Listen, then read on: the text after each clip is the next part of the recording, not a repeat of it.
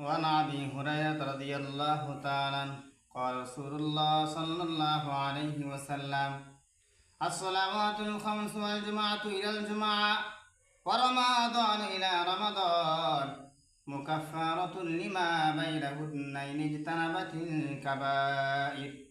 হযরত আবু হুরায়রা রাদিয়াল্লাহু তাআলা হতে বর্ণিত, বিশ্বনবী সাল্লাল্লাহু আলাইহি ওয়াসাল্লাম বলেন, কেউ যদি 5 ওয়াক্ত নামাজ যদি আদায় করে, প্রতিটা জুমার নামাজ আদায় করে, রমজান মাসের রোজা যদি রাখে, আল্লাহ রাব্বুল আলামিন তার জীবনের সমস্ত গুনাহগুলো মাফ করে দিবে।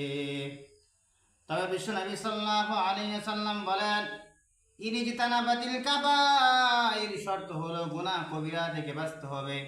কেউ যদি 5 ওয়াক্ত নামাজ পড়ে, প্রত্যেকটা জুমার নামাজ যদি আদায় করে, রমজান মাসে রোজা রাখে, আল্লাহ রাব্বুল আলামিন তার জীবনের সমস্ত সগীরা গুনাহগুলো আল্লাহ রাব্বুল আলামিন মাফ করে দিবে। তবে কবিরা গুনাহের জন্য তওবা করতে হবে।